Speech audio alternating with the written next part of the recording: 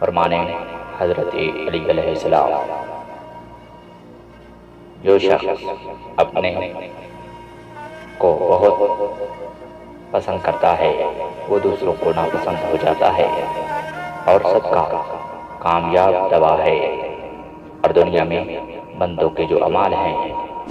وہ آخرت میں ان کی آنکھوں کے سامنے ہوں گے۔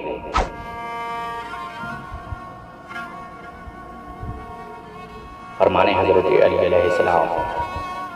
یہ انسان تعجب کے قابل ہے کہ وہ چربی سے لیٹتا ہے اور گوشت کے لوتھڑے سے بولتا ہے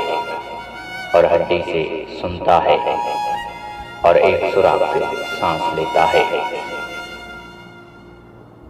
فرمانے حضرت علی علیہ السلام،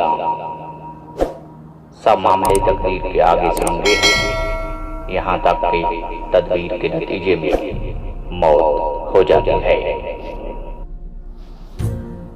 فرمانے حضرت علی علیہ السلام، جو زیادہ باتیں کرے گا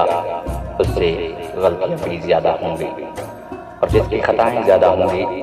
اس کی حیا و شرم کم ہوگی، اور جس کی شرم کم ہوگی اس کا تقوی کم ہوگا، اور جس کا تقوی کم ہوگا اس کا دل مردہ ہو جائے گا، اور جس کا دل مردہ ہو جائے گا وہ دوزخ میں جائے گا۔ فرمانے حضرت علی علیہ السلام،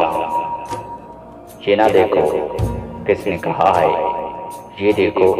کیا کہا ہے۔